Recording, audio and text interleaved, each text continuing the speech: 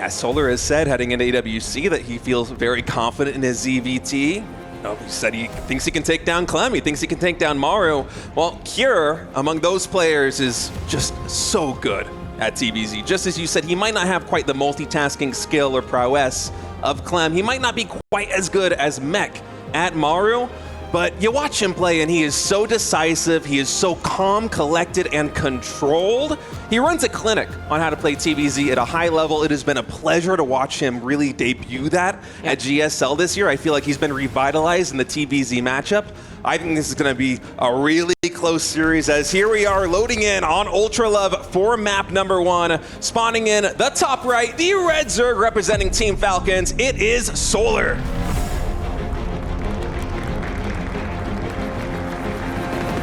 And in the bottom left, as the Blue Terran representing Team Liquid, he is once again Cure. So excited to head into this one. Cure, a big fan of 8-rax, by the way, here on Ultra Love. That's true. Yeah, he did try that a couple times previously. Very many TVZs actually have this be an 8-rax.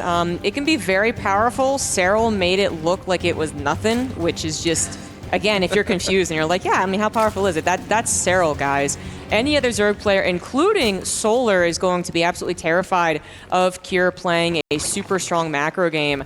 And again, like it's so fun to think about how opposite the match here is to these two's previous TVZs, where you talk about Solar versus Clem, and you're like, well, who's going to be faster? Who's going to multitask? You know, in Serral versus Cure, it was, okay, well, who's going to have the better macro, get to that point in the most efficient way to really start dealing blows to each other. And now I actually feel like what we're going to have is Solar being the multitasker, being the aggressor, running around every which way, things that he's perfected in his many matches versus Clem. And Cure is going to be the one that we're like, oh, if he gets to macro and get to his 8-rax, fast engineering bays, and push on a map like this with no interference, then he's going to be the scariest player.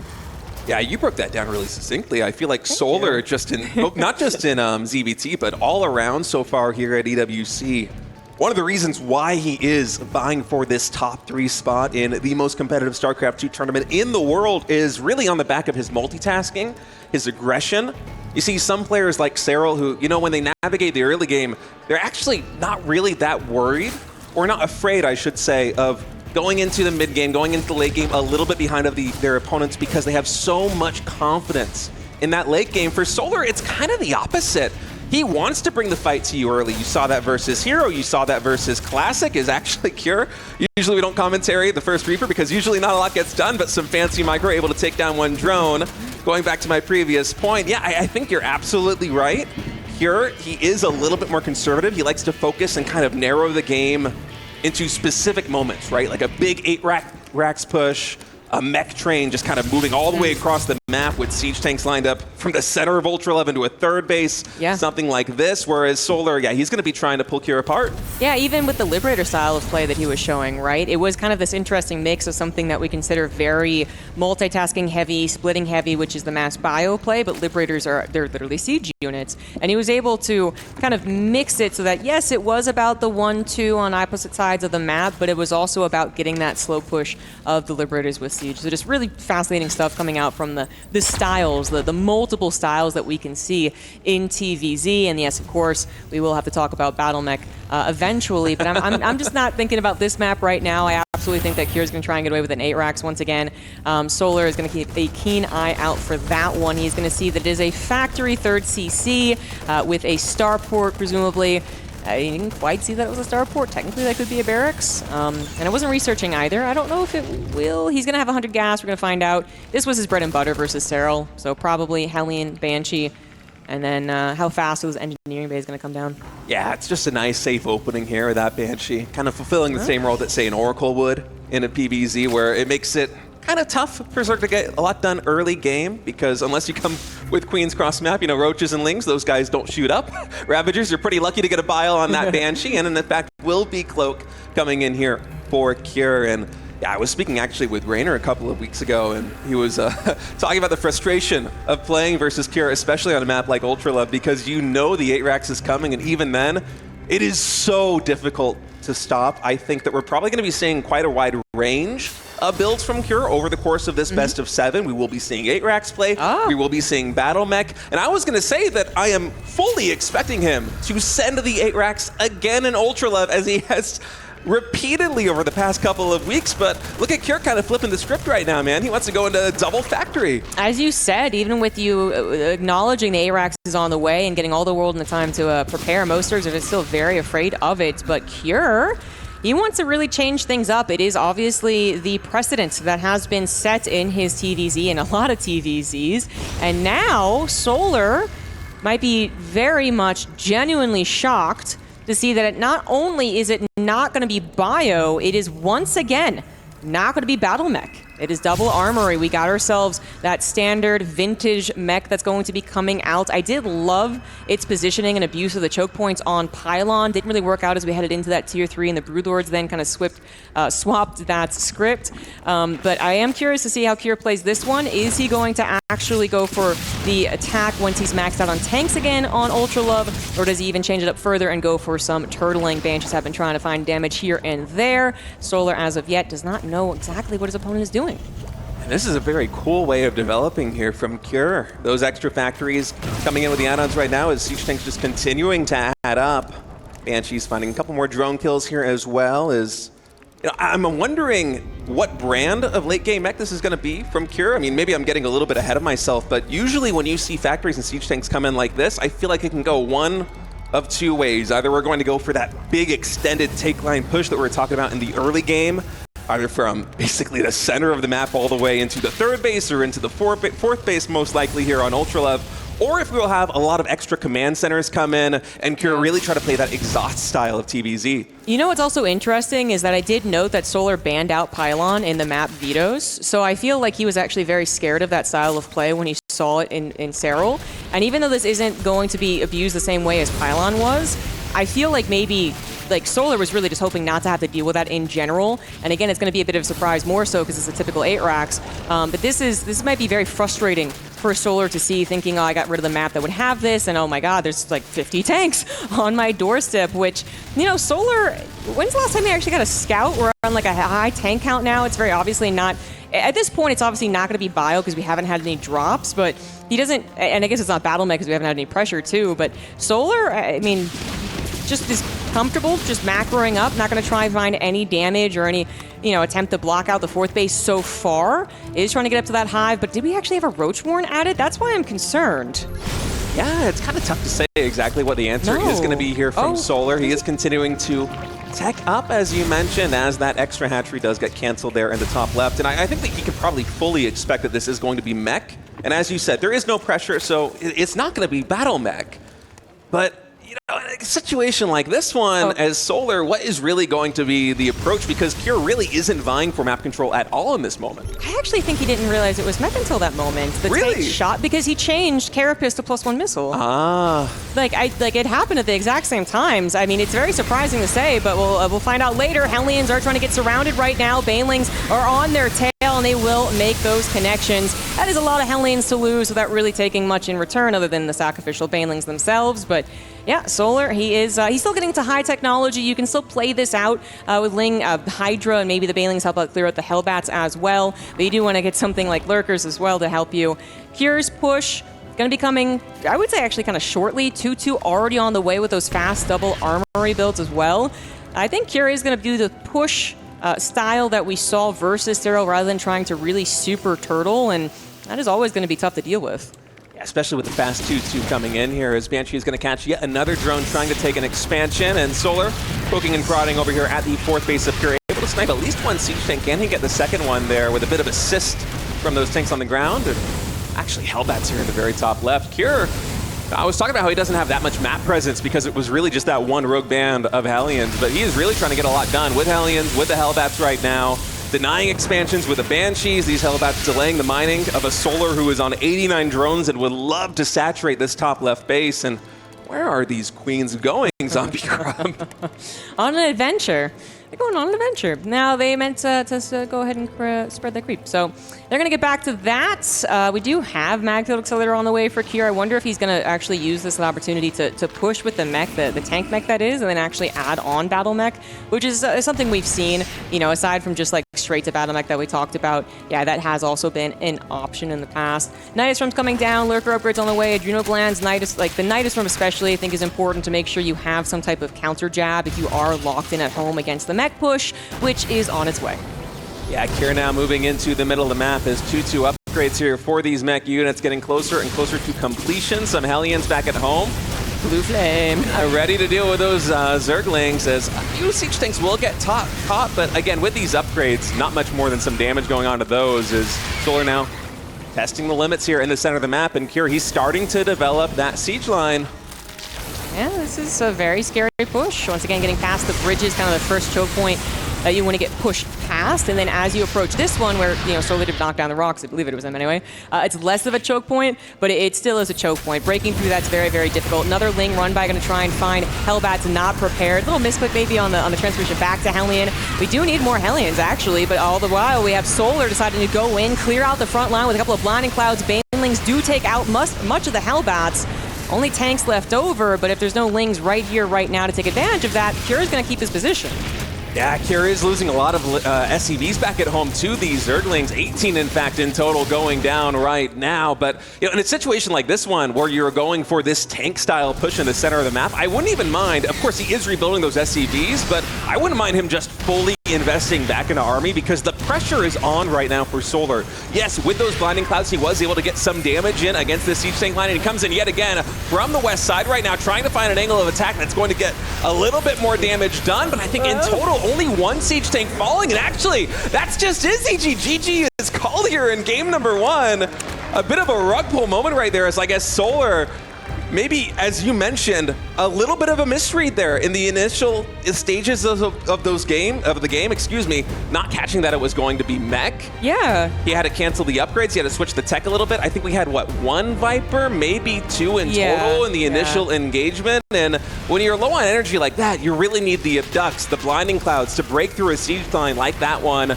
Unfortunately for Solar, game 1 going in the favor of Kier.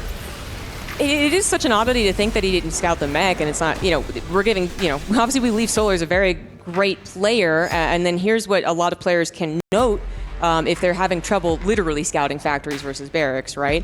You get the scout on the gases going down as fast as they do for the 5th and 6th one, that could be a scout. You see a tank and no Marines, that can be a scout. You see no 630 drop, which is like one of the faster ones you can do off of 3cc. Why aren't they doing that? Are they actually preparing just like an 8-rax push that has nothing? That's uncommon. Even in the game that he did 8-rax, he at least had a dropout. So this is all the reasons that, you know, we kind of just was like, well, Solar's probably figured it out by now. But it really was. As soon as he saw a tank fire at the 3rd, that is when he swapped his upgrades. So either he thought it was bio, or he thought it would be battle mech immediately. And either way, I think the mech that was actually being shown did throw him off. Hellions were causing more troubles than they should because you don't have those dependable roaches to take care of it. And yeah, it might look like the foundation is set to a degree because he's on the drones, he's on the bases, he's on some good technology. But like the mental preparation for handling those different styles of play is very, very different. Perhaps that is a reason that Solar ended up losing that game. Maybe he can get back on the scouting this time around, not make that same mistake. We are into game 2 on Tokamak, and in the bottom left, losing game number 1 of this best of 7, he is Solar.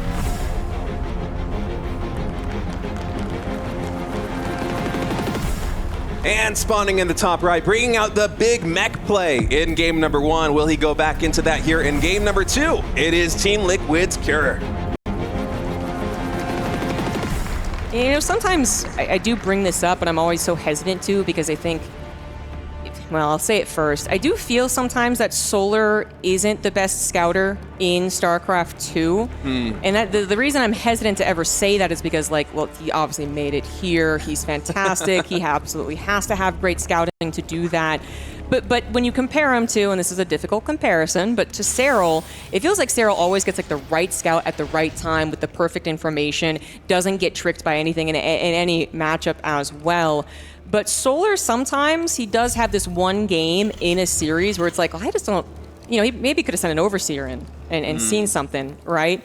And hopefully that is the only game in which maybe Solar didn't have the time to set up mentally for what he was truly against. Yeah, it's kind of a tough position there as Solar, because I think against Kier, it's almost a foregone conclusion that on Ultra Love he will be going for an 8-rax, right? And, you know, sometimes when you go for that 8-rax play, if you really want to get the engineering base super quick, as we've seen Kira do in the past, as we have seen Maru do in the past, there isn't that much pressure coming in from the Terran in the early game. They use Hellions and Banshees the same way that Kira did to exert map control, to try and slow down the rate of the economic growth of the Zerg player. And then behind it, they're kind of turtling up. They're waiting until they get 1-1 and then eventually 2-2. That's usually going to be the move out coming in with a bio, and everything is kind of fine and dandy from the Zerg perspective as long as you can deal with the Hellions and Banshees until that bio push comes out.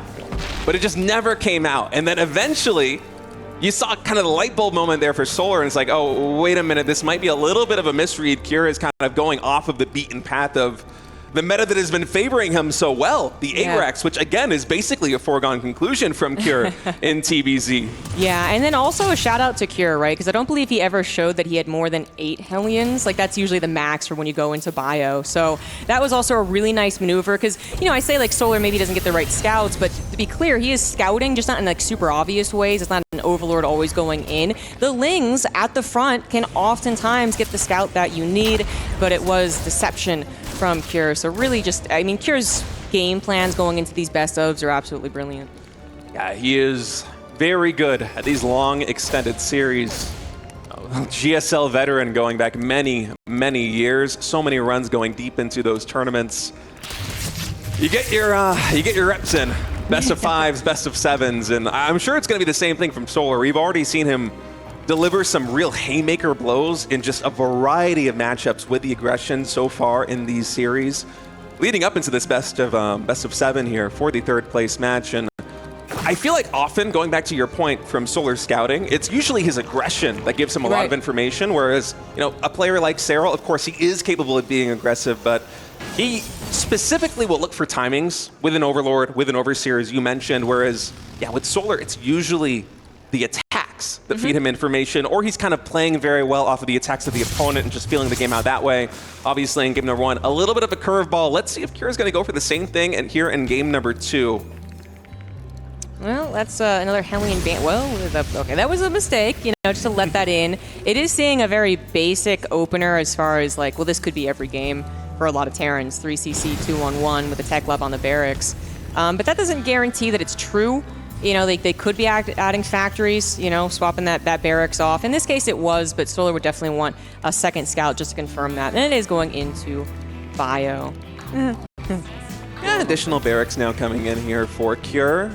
And as for Solar, just developing very normally. He's adding in more drones, all the Spore Crawlers now coming online to deal with the Banshee tech that he scouted just a moment ago. And actually, man, he has been really on point with the scouting so far in this game. I think you heard your cast. He's like, let's just prove ZG wrong here in game number 2. Just relentless with the Lings. First one, a little bit lucky getting into the main base, and the second one also confirming the barracks. So, yeah, going to be no curveballs coming Solar's way in the early game here in game number 2.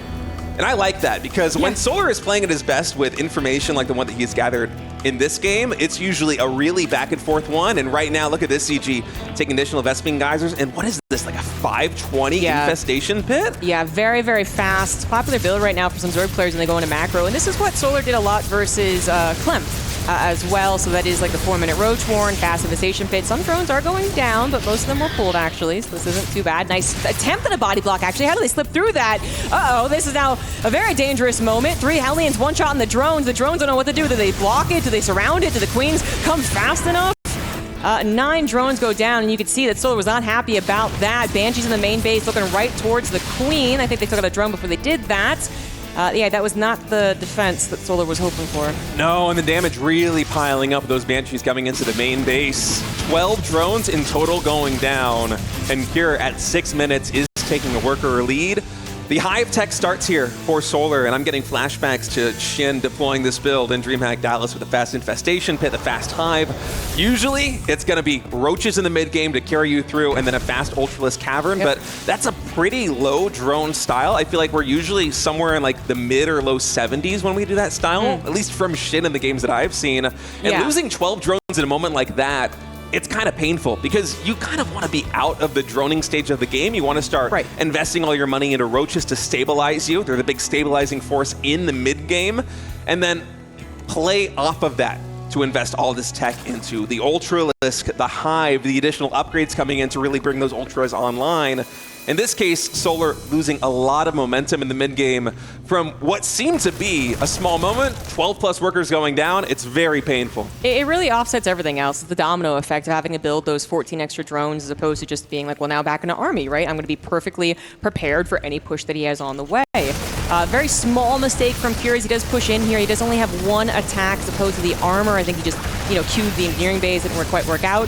The attack is still very scary without that second upgrade. Solar was absolutely 0 upgrades, and he is supply blocked, and suddenly the hatchery is in trouble. Transfuses do come down, but the Roaches getting obliterated by the tank. More Lings are necessary. They are now spilling forward to help out, and this will be cleaned up, but that is not all. That was the appetizer, guys. Cure has a lot more army on the way, building a 4th command center behind this and finding even more damage with these Banshees. That +1 infantry weapons timing attack just shredding through the natural armor of those Roaches. And for Solar, I don't know if Ultras were the game plan right out of the gate with the Infestation Pit. I kind of suspect that it was, but he needs to switch gears right now. He's going into Vipers, which are going to give him a power spike that's going to come online a lot faster than those Ultras. It's really all hands on deck because Cure, his build, as you said, there is a lot more bio coming in the pipeline. Yes, Solar did deflect the initial push at that expansion, but it was a very cost-effective trade for Terran. Yeah, and the creep spread still has not been replaced over there, which Cure is still going to be looking at. Scan to clear up even more, creeps it off to the right, using these Banshees very well. They're also tracking the other possible run-by point, while his main army is obviously tracking the first one. Ultra's Cavern is on the way. Baneling speed only halfway done. That does scare me a little with Cure trying to get the army on the left side. I mean, he's being quite patient about this. He's not showing it. This is giving Solar some time to replace the creep spread, but gosh, when Cure does push, and here we actually go, 2-2 about halfway done, once again, Solar is going to have some trouble. Yeah, a lot of resources invested on getting those Ultras. The first 2 Vipers should have enough energy to come in right now. You can see them posturing, trying to find an angle for a Blinding Cloud or maybe a Keen Abduct, even a counterattack over here at the 3rd. But so far, Cure with the positioning right here as an answer for everything. As Solar coming in from 2 angles, these Queens actually a little bit on move command right there. They do get caught out. The initial volley from Solar is good, but man, Cure, he's getting so much value with those links. Okay, the Blinding Clouds, though, they are so clutch. That is going to force Cure back. It was a scary moment there for Solar, but the jabs, they're not stopping ZG. No, it's going to be 1-2 Haymaker, it feels like very soon. Solar just trying to keep his head above water, trying to get this 5th base up, which is being denied by Cure's secondary army, the same one that denied his own run-by attempt. But Cure, I think, might be feeling, well, he's already getting Marauders. I wonder if he's going to add on those Liberators. We still haven't seen the decision for the late game. But this is around the time that those Ultras would show up with the build that Solar is doing. They do not have chitinous plating, though. And Solar, perhaps missplitting his army for a hot second. Cure is able to take advantage, jumps on top of this army with a 2-1 upgrade lead. Ultras are here, but again, no plating, but it is going to be enough on that left side. Right side, very stimmed bio. No Medivacs close to try and save them, but looks like they might just be able to escape. Yeah, those Banshees doing work a few minutes ago. Clearing the creep is going to allow these units to actually get out of here, mostly unscathed, although Solar, he's hot in pursuit right now. 2 Medivacs are going to be joining in, so this bio could lift up and retreat, but instead Solar getting some good damage done. There's more army coming on the right side. The Medivacs trying to pick up and get out of here. They know that once they actually come together, the entire Bara army comes together, it's going to be 2-2 versus 1-1, and chitinous plating wasn't done.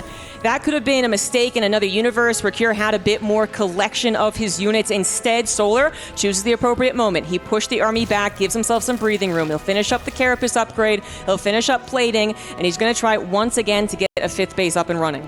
And for Solar, it's been a really scary past couple of minutes, but now those Ultras are online. They do have their upgrades. Things are going to be a lot easier. Ultra speed now also coming in. I think this is going to give him this staying power that he needs on the ground to finally secure that 5th base safely. Cure's done a very good job of denying expansions. Even the expansion at the 6 o'clock, it's at what, a 3rd HP right now, so that is definitely going to be a target in the future.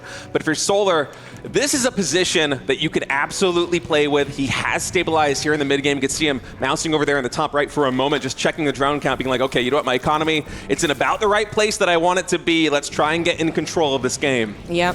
Now, once start building a bank, which is going to be a bit troublesome. Cure is once again on the offense. These Banshees have just been a nuisance and a half. Vipers coming in with some blinding clouds. Fungals also being looked for. They are going to grab a good portion of the Marines. Parasitic Bomb also affecting these Medivacs. Cure is going to be forced to disengage. Couple of weak ultras he wants to get before he's fully forced back to his base. Reinforcements covering a Ling run by to a certain extent, but Cure now on the ropes needs that planetary to hold. Yeah, the Marauder count right now for Cure on the front lines, very thin. You can see now he finally has 5 tech labs on those barracks, so he's able to pump them out 5 at a time. And the first Liberators also coming in. Of course, the Ravagers on the field are going to complicate matters a little bit. And it might look very good for Cure if you just purely glance at the army supply, but we have so many Medivacs right now. It's 11 Medivacs, 2 Banshees, 2 Liberators, so much in the air, and really not all that much on the ground, although when the forces converge, this should be a better angle of attack for Cure. Yeah, he still wants to go for it. It's going to be off creep yet again. Widowmine's getting some attacks. Those Fungals looking awfully scary, but one less to worry about. The second one couldn't quite grab it. Liberator now taking control of the choke as well. Solar rethinking if he wants to take this engagement, is deciding to go for it. Vipers coming in. Let's see how effective they are. Parasitic Bombs once again, but the spread of Marauders when it is down to just those Ultras is too good. The Fungals are necessary. Link surrounds are necessary. There's a Fungal right there. The Ultras getting nice, close, and comfortable. But there's still a lot of bio that is looking to kill the remnants of this Zerg army. The standing army here for Cure is just continuing to micro back and forth. These Widowmines getting so much value on the Lings. One of the last Ultras is going to fall. Finally, the Ultras are cleared. 2 more are in production, but Cure, he is charging forward right now with 3-3 bio. The Hydras, no longer do they have a tanky front line to support them. Instead, the glass cannons getting quickly dispatched as Cure sets his eyes on another expansion. I think he's going to grab it. There's not much left over for Solar. He chose the moments, and unfortunately, it wasn't quite it. Now down 50 supply, losing his Infestors, losing his Vipers, and losing this game. Cure with a super strong performance, a 2-0 start to this best of 7. Yeah, that was just fantastic bio play there from Cure. For me, the key moment looking back, when those Hellions paired with the Banshees in the main base were able to get a dozen plus drone kills. Solar playing such a high-tech style, going for the super fast infestation pit, the fast hive, intentionally, I think, going for the fast ultras, but then having to take a step back to stabilize in the mid-game, it really derailed a lot. And from there, Cure, he gave up no momentum. The aggression was relentless, even in these moments where there's no full frontal push. He's trying to take down the 5th base. He's trying to stymie economic development with the Banshees, which basically until the final moments of that game, we're still alive. We're still getting value, whether it's clearing creep, whether it's denying expansions, whether it's just adding in additional DPS with the main force. I mean, Cure, just really the complete package right now in TVZ, and you can see Solar, the look on his face. That style didn't quite work in his favor. I feel like, again, a lot of it goes back to the economic deficit that he found himself in after the initial Hellions and Banshees got that damage done, but trying to come up with an answer here in game number 3, it is a difficult prospect. Yeah, he's tried 2 different styles. Well, to be fair, the first one didn't work out because he just didn't know exactly what he was up against. But yeah, that Roach style is not going to be a guaranteed path to the Ultras. Cure obviously able to find that damage. And then it's not so much like the multitasking. He did have 2 attacks. The multitasking was good, but it's really just how confident Cure is in keeping his army in place on the offensive, even if he's being attacked back at home, that I found really impressive about that game. We are going into a very interesting map for map number 3. It's going to be Last Fantasy in the bottom left for Team Falcons. He is Solar.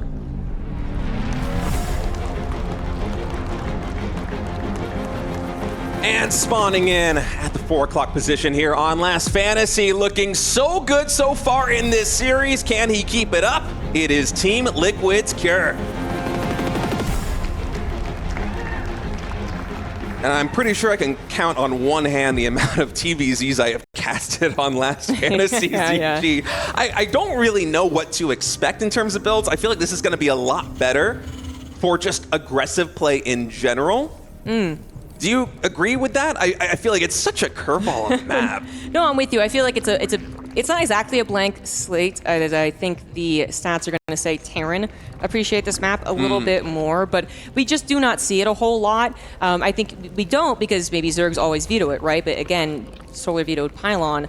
But I am kind of thinking back to, like, sometimes it is overwhelmingly one race favored, but then a particular person is able to kind of change that dynamic or able to come out with a particular style or understanding of the map that actually makes it okay for them. And I'm hoping that is the case for Solar, who obviously was, one of the ones who let this through, as he did not choose to veto it right off the bat. At the very least, this is interesting. Cure, not just a 2-rax. That's a third one in the main base. Yeah, gonna be 3-rax Reaper coming in from Cure, and you can always expect some kind of shenanigans here on Last Fantasy. Of course, the only 3-player map in the pool here at EWC is you don't know quite where your opponent spawned in this one, and there are all sorts of tricky positions in terms of expansion patterns, and as you can see, of course here, Cure is going to confirm that it will be that right position versus the bottom left, and there are a lot of ledges also to play around, by the way, with these Reapers.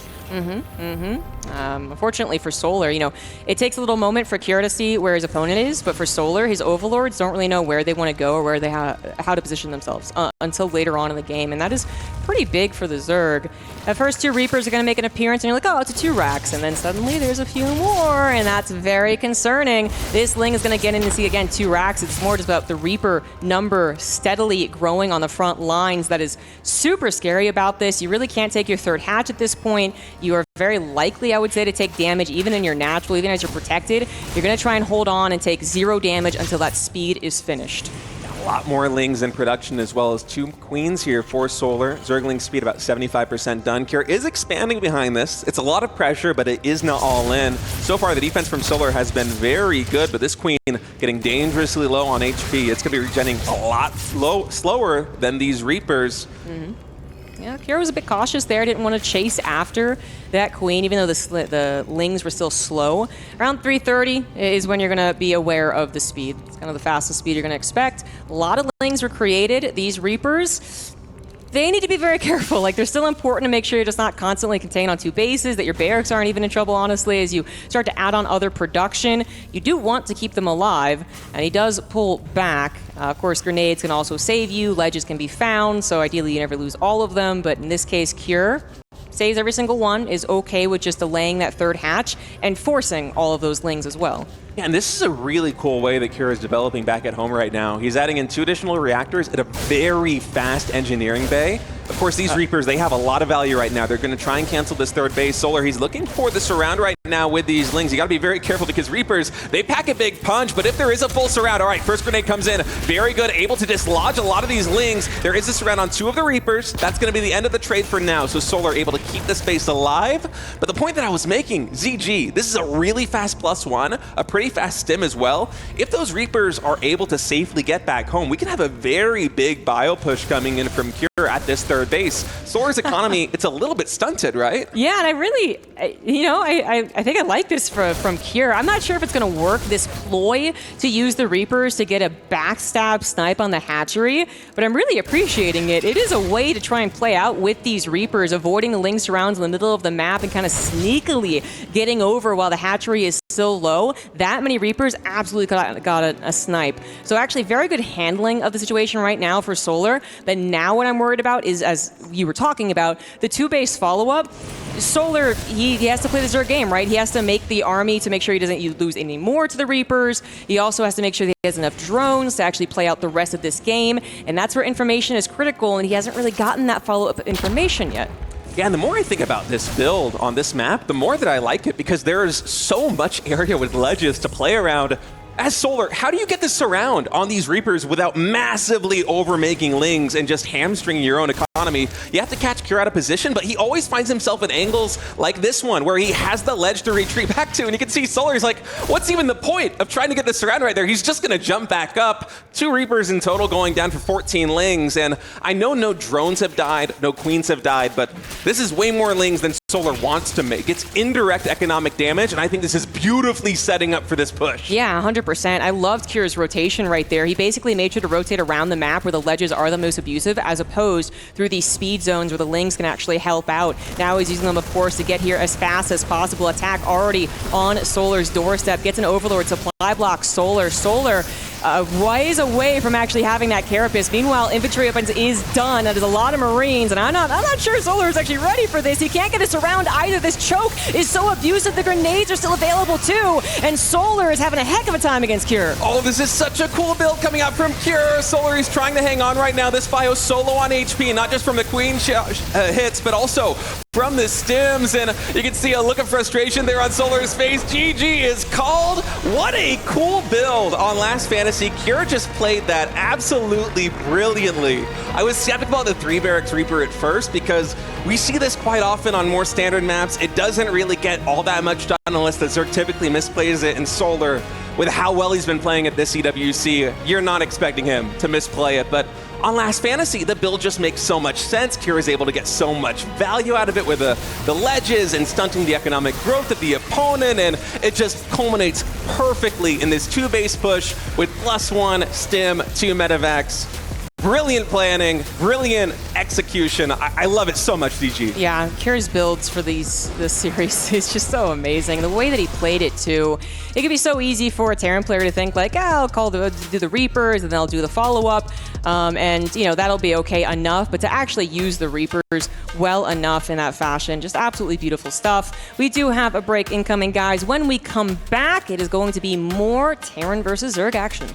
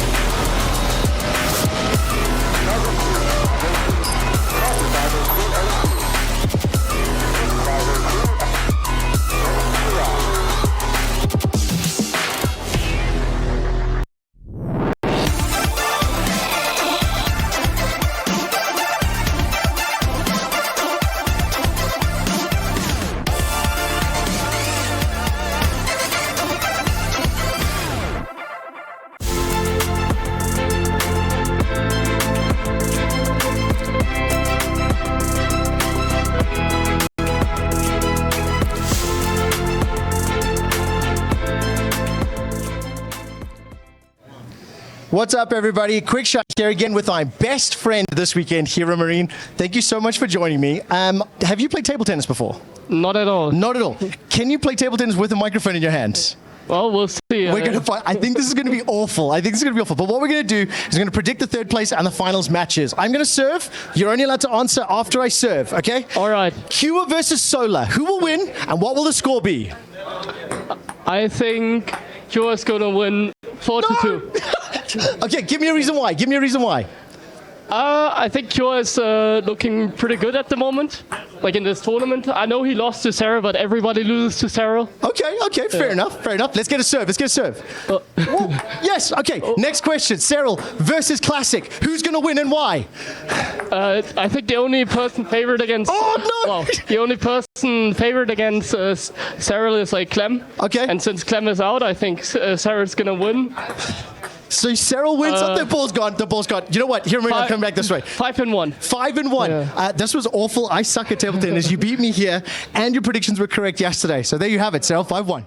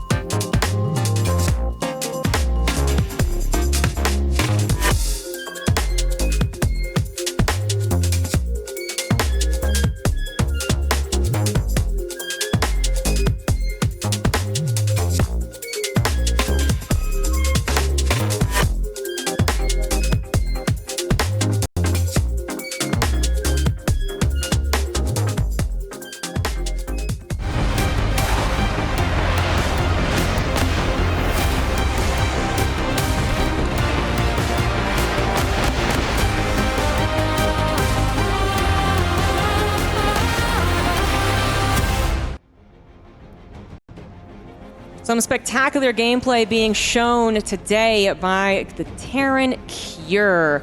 He is now leading this series 3-0. Solar, absolutely no slouch when it comes to the ZVT. He went toe-to-toe with Clem earlier on in this tournament. But really, it is Cure's ability to think up new build orders, use them in such powerful fashion, get the maps that create such creativity that we're just being blown away by. Yeah, the range that he is showing is phenomenal here. And we were talking about this during the break, that I was a little bit sad that the series versus Serral went the way that it did, because Cure has developed into such a phenomenal TVZ player. He's got a great range, he's calm, he's collected, his pushes are so calculated. It's amazing watching him play. And you look at this scorecard, and yeah, it's a 4-0 for Serral, but it doesn't tell the full story. He is a king in this matchup, and to have him come like this in this best of 7 versus Solar, it's exciting to see him really deliver what we all know is his big potential. But that aside, spawning down here in the bottom left, he is down 0-3 in this third place match, but we would love to see him bring this to a game number 7. Can he start the comeback now? It is Team Falcon Solar. And in the top right, showing his brilliance in this matchup thus far. Will he end it here? It is Team Liquid's Cure. They're just absolutely locked in this matchup right now. Going for another 2-rax here on the low ground. I feel like we probably will not see the third barracks again here, ZG, given that this is ley lines, not Last Fantasy. Yep, agreed. That was really good usage of the map, being able to threaten the hatchery and then being able to disengage and threaten again meant that Solar never felt comfortable. So that means he never felt comfortable to read the situation correctly, to actually get the proper scouting and the proper preparation for the final push. Ended up being 2-rax here. This is usually nowadays just going to be for 3 Reapers. There's a chance it goes up to 5. There's actually even a chance it stays at 2. But if you are going to go Reapers, it's usually the 3. There's a chance it will definitely delay the third hatch. Well, most times, 9 out of 10 it'll delay the third hatch. And in really extreme scenarios, you could even get a cancel on one. Solar is taking a very fast, prepared third hatch drone right now. He is going to see that it is 2 Raxes. He'll probably presume the same thing that we did, which isn't a third barracks, and he would be right about that. Yeah, so far only 2 Reapers in production. Is Keurig just making a bit of money for this command center. Scout coming in from Solar is going to confirm the CC, and that, of course, is the tell that, yeah, this is just the 2-rax here on the low ground. We are not running back. Game number 3 here on ley lines, and I'm curious if Cure is going to add in additional Reapers. It seems like that will not be the play. Yeah. Oh, but he's doing a third barracks anyway. Okay, so he only goes 2 Reapers, which seems like a real non-committal. Maybe the Terran player is going to just go up to 3rd CC faster or into a 2-on-1. This is different from that, which, by the way, we do still have a delay on that third hatch. This is it's going to be the Four-rax control Terran is what I'm going to deem it. Again, bringing this out, this is something that Cure showed earlier in the tournament, but it's also something that he dominated with a couple of years ago. And it really can be difficult for the Zerg player to decide, do I drone or do I attack? Not to mention, just in general, the 4 barracks push of Marines can sometimes just surprise a Zerg player, especially now that it's completely out of the meta. So there's a couple of very scary points here for Solar as Cure prepares his build and Solar finally gets his third hatch down. Yeah, this build is a little bit of a throwback. I feel like it's been a hot minute since I casted a 4 barracks opening in TVZ like this. Of course, the trade-off here is Terran is that your tech up. It's going to be a lot later. We even have the engineering bay being quite significantly delayed here by Cure. No factory yet, no NG bay yet. Those upgrades, medevacs, they are minutes away from where we're going to be in this game. But what Cure will have as compensation for those sacrifices is an obscene number of Marines. 5 being produced at a time right now. Combat shields, stim, both in the pipelines. For Solar's sake, I'm quite happy that he's going for the safety Roach Horn right now in this moment, because Roaches, Marines, we saw them destroy Roaches earlier on this series with an upgrade advantage. But with equal upgrades, those Roaches, they really do pack a punch. I think that seeing this tech lab here on the south side of the Wallen is a bit of a tell here for Solar. This is a fast tech coming in. He can probably assume it's definitely going to be either combat shields or stim, right? But he can assume that the timing is going to be revolving around that. And of course, the Marines as well are a little bit of a signal flare that some kind of aggression is in the pipeline, and the Roaches, they are getting queued up here for safety. It is a big difference, though, to expect 16 Marines and 2 medevacs trying to hover around you versus 20-plus Marines, whatever it's going to be, hovering around you. So a couple of safety Roaches are fine if you get the time to build more. But if suddenly, boom, Marines see the opportunity, they stim, they jump on top of your limited number of Roaches, they can go down, and that can snowball very, very quickly. That's a key moment. The Lings did not see them move out. It is so far hidden. A couple more Roaches are on the way, however, so Solar is playing quite safe. I think that should be enough for the first wave, but don't underestimate stimmed Marines. Will they take the opportunity? Yeah, he's going to stim. He's going to go for it, but that is quite a bit. Yeah, stim comes through. That is very expensive again. This is permanent damage on these Marines. And actually, Kier, he sees the Queens and the Roaches right there. He's like, you know what? I want no piece of this fight. He is going to be retreating. +1 getting started up, factory finishing. So I wonder if Kier is just going to wait until we have 2 medevacs and +1 and then let's start getting aggressive again. Or if he's going to try and really just turtle up back at home. We don't have a third command center just yet, so the macro play, it's still just 2 bases here for Cure. I'm keenly watching that production tab, curious if we're going to have additional barracks or that third CC. I'm also watching the production tab of the Zerg player. So, you know, if they are going to make a lot of army but then be scared, then that's bad for Zerg, right? But if they're going to make an army and then actually attack with it, I mean, that can sometimes be what the trick here. We do have an extra drone being built. Is that just the perfection drone? It looks like it is. This is a lot of Roaches, no upgrades on the side of Solar, looking to overwhelm Cure, who, by the way, doesn't have any factory units. No tanks, no cyclones. Medevacs are going to be in super low number. This is an excellent attack from Solar. Great decision to do this. He has a backup plan in case this doesn't just win the game outright. Very important for Cure to see the Roaches moving across the map. His Marine count is high, but that is a lot of Roach Ravager.